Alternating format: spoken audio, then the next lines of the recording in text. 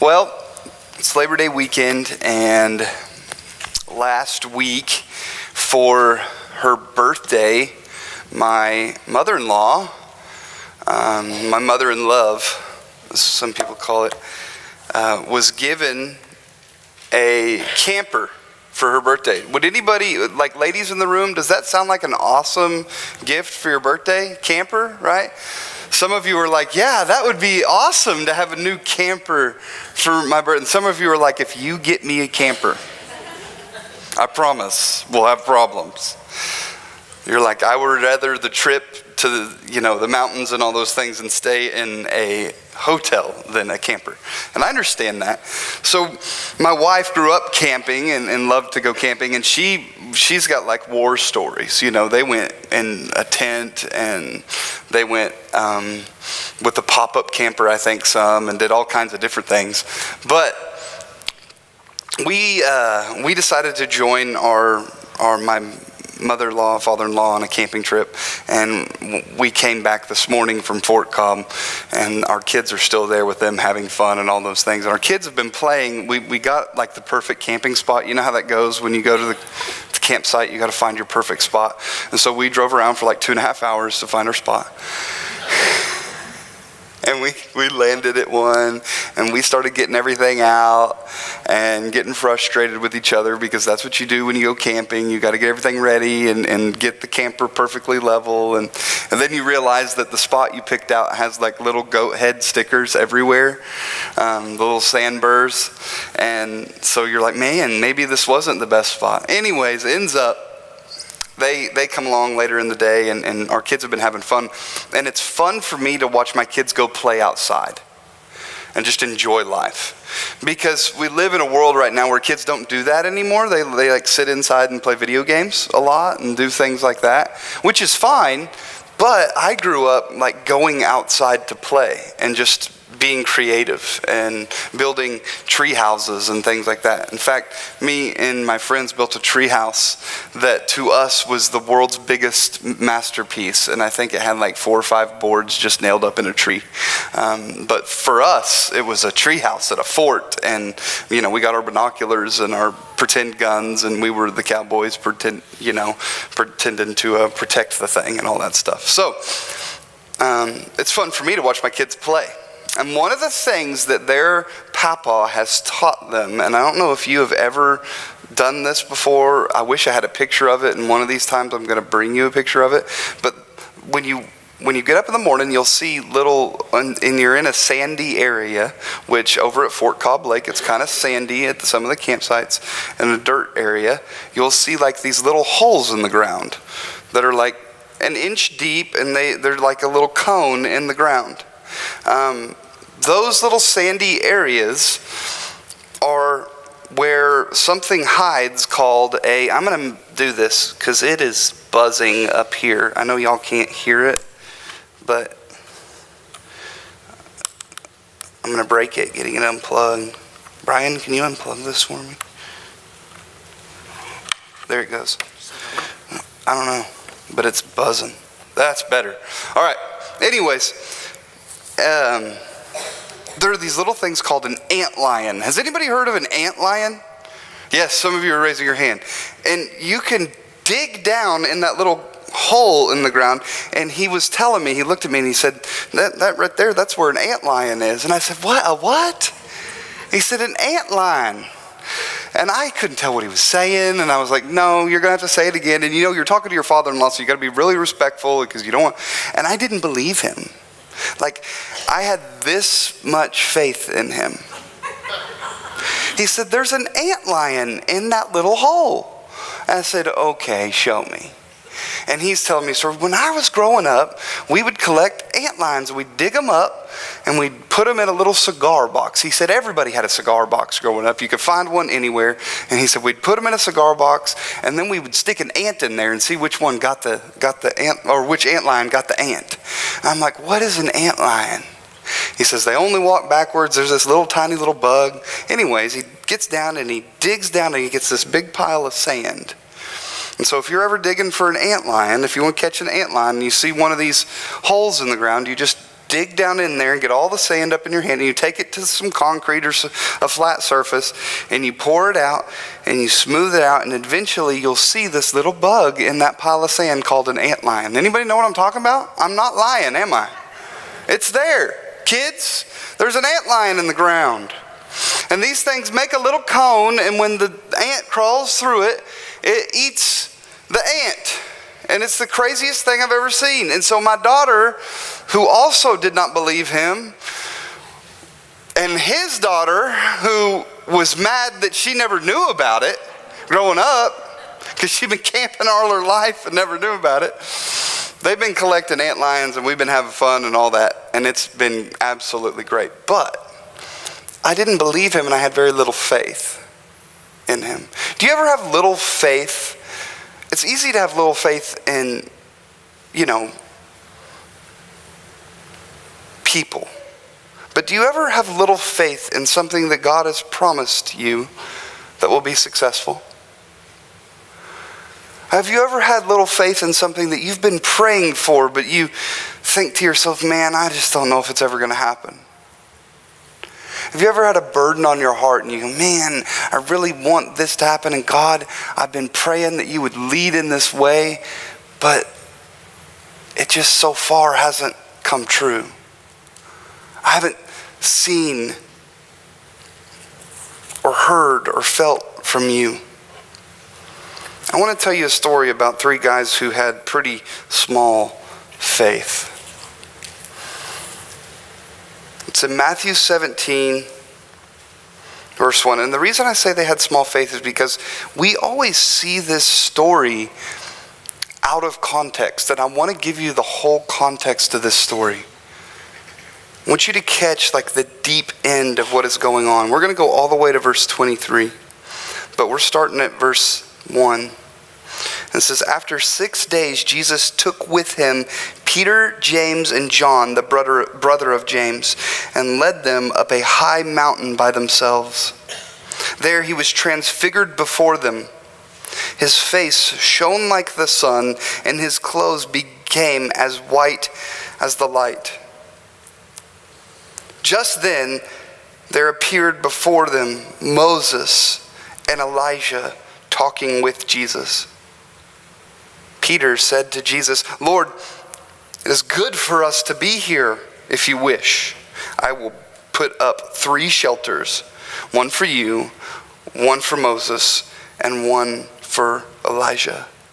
It's awesome how practical Jesus is, isn't it? Because or how practical Peter is. Peter is so practical in this moment because he sees Elijah, Moses, and then Jesus transfigured. Jesus shining like the sun. And he has the boldness to speak to Jesus. And he says, Jesus, let me interrupt you real quick. It's good for us to be here, number 1. Number 2, if you wish, I don't ever want this moment to go away.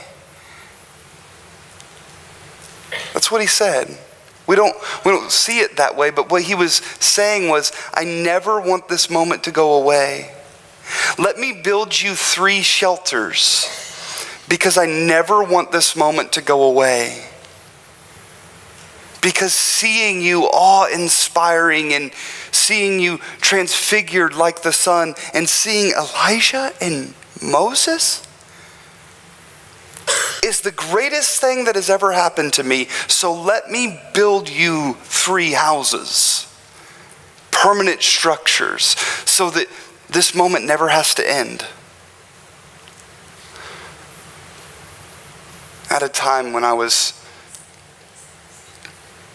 a 16-year-old kid, we went to International Youth Convention after a mission trip that we had gone on to Mexico, and I was with my youth group, and I remember standing in worship in that place. And what's fun is that there's people in this room that were there in Nashville 2004.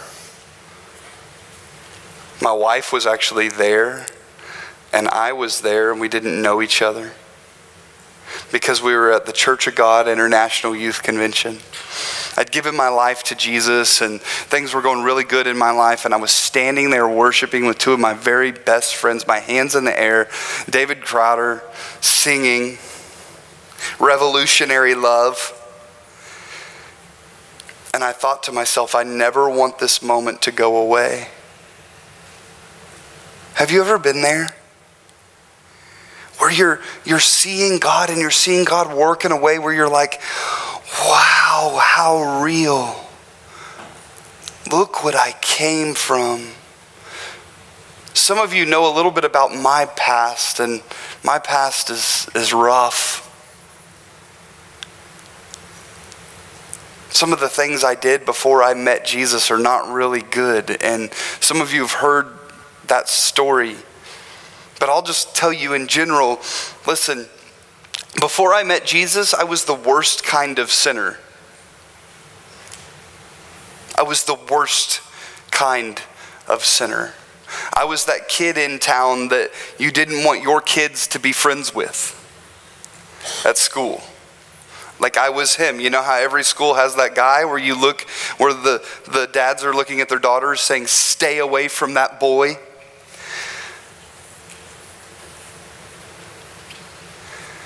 Where the other boys are like wanting to hang out with you, but they can't. They have to lie to their mom if they come to hang out with you. That was me. Okay? And then I met Jesus. And so in that moment where I'm worshiping God with all my heart and I'm able to look back at my life and go, wow, how did I get here? How did I get to a place where I'm with a group of friends and what we're doing is good and we're having fun and we're glorifying God? Thank you for the miracle, Jesus, of my salvation and of what you've done in my heart and in my life. And I can imagine Peter in this moment where he's looking at a transfigured Jesus talking to two guys who died a whole long time ago and going, I never want this moment to end. I just want to stay here in this moment. While he was speaking, a bright cloud covered them, and a voice from the cloud said, this is my son who I love. With him I am well pleased. Listen to him.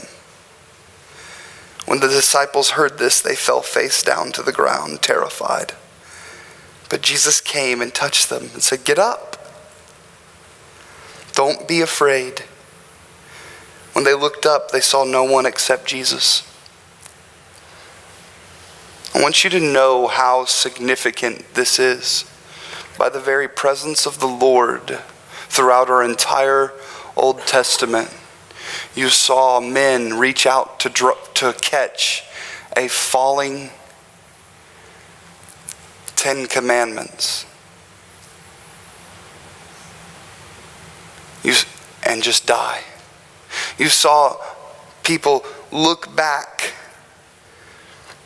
and catch a vision of the Lord and just die. You saw entire populations wiped out by a God who, when he showed himself to people, they had to hide their eyes and hide their faces for the very presence of being in front of God and seeing God. They could lose their life. And I want you to catch the significance of Peter and James and John realizing the God we know from our scriptures, the Almighty God, has come in a cloud and is speaking to Jesus, and they hit the deck because they didn't want to die. They hid their eyes and they praised God and praised Jesus, and they heard what God had said. And in that moment, catch this, they look up and Jesus is standing there, his face, God himself. And for the first time in Peter's life, he realizes that this is so significant because ever before, the presence of God was dangerous. And here, standing before me, the presence of God is comforting me and telling me not to be afraid.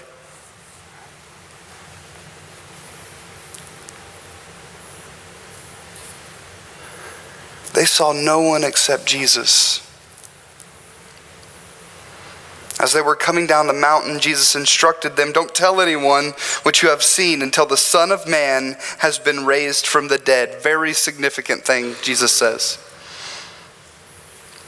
The disciples asked him, "Why then do the teachers of the law say that Elijah must come first?" Jesus replied, "To be sure, Elijah comes and will restore all things, but I tell you, Elijah has already come, and they did not recognize him, but have done to him the very thing they wished.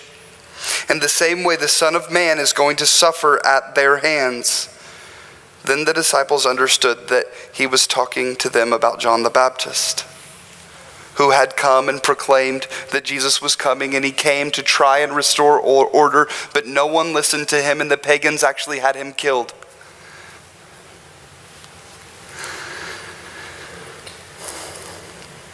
And see, usually in our Bibles, we just stop reading that story there, but the story continues. It says, when they came to the crowd, in verse 14, a man approached Jesus and knelt before him. "Lord, have mercy on my son," he said. "He has seizures and is suffering greatly. He often falls into the fire or into the water. I brought him to your disciples, but they could not heal him." "You unbelieving and perverse generation," Jesus replied, "how long shall I stay with you? How long shall I put up with you? Bring the boy here to me." Jesus rebuked the demon, and it came out of the boy, and he was healed at that moment. Then the disciples came to Jesus in private and asked, "Why couldn't we drive it out?" He replied, "Because you have so little faith. Truly, I tell you, if you have faith as small as a mustard seed, you can say to this mountain, 'Move from here to there,' and it will move. Nothing will be impossible for you."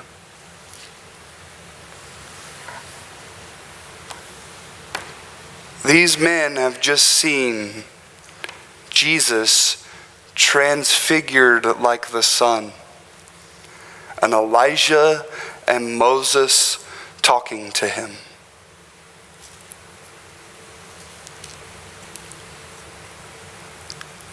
And 2 times Jesus promised afterwards that he was going to have to die.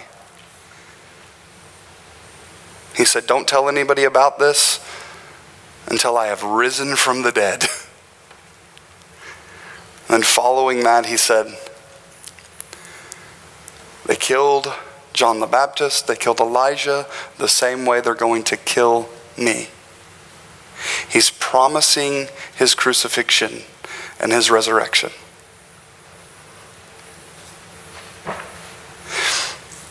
And when these guys go to pray over this boy, they don't believe they're going to be able to cast out the demon because Jesus says they don't have enough faith.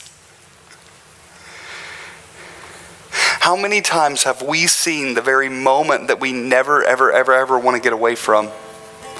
How many times have we seen God move in our life? Maybe it was the day we gave our life to Jesus. Maybe it was just a few months ago. Maybe Jesus healed you of something or healed a loved one of yours. Have you ever prayed for Jesus and he answered you in such a mighty way that you just have no doubt whenever you live in that moment? You can imagine Peter's faith when he sees the transfiguration. You know he just has no doubt. He's ready to build houses. He's like, this is over. I can end my life. I've seen the greatest thing I've ever seen. And some of us have gone through that moment in our lives. But then just a few weeks later, maybe just a few months later, maybe after we come back from that moment or that high or that experience that we've had. For some of us adults, we can be so thankful for the miracle of life that we've been given by somebody or through something or some miracle that God did for us or a loved one in our lives. And then It just doesn't take much for us to lose our faith.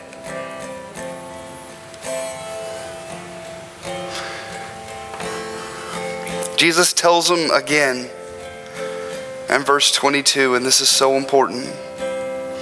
When they came together in Galilee, he said to them, the Son of Man is going to be delivered into the hands of men.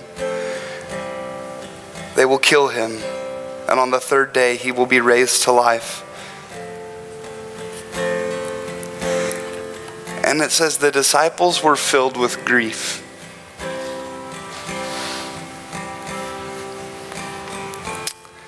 I'm going to challenge y'all this morning to do something, and do it with me, because there's been moments in my life where I've had little faith.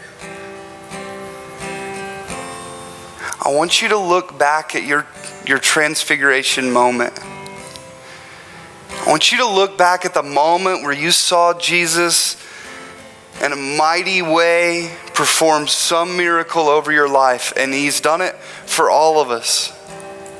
Whatever it was, whatever the greatest thing was that ever happened to you, or the most miraculous thing that has ever happened to you, I want you to look back at that and see that. And then when you come upon a mountain,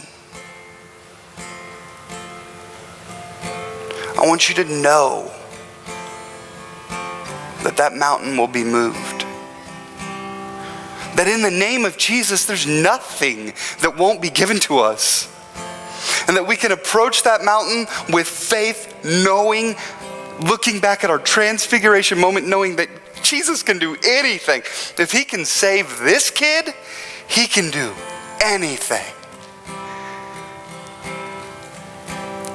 And we're going to sing a song. I've asked Merlinda to sing this song, and it is spot on to this moment.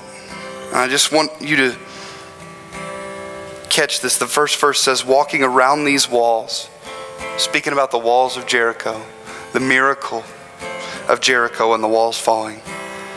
I thought by now they'd fall, but you have never failed me yet. Waiting for change to come, knowing the battle's won, for you have never failed me yet. Your promise still stands. Great is your faithfulness. I'm still in your hands. This is my confidence. You have never failed me yet. I know that I worship a God and believe in a God that has never failed me yet. And I think you'll find that if you'll look back at your transfiguration moment, at the moment that is just so excellent in your life that God has given you, that you'll realize that you have a God that has never failed you yet. And let's proclaim this song over our families, over our lives, over our prayers today. Stand and sing with me. Your ways are better than mine. You always have perfect timing. There's not a thought in my mind that can change what you feel for me.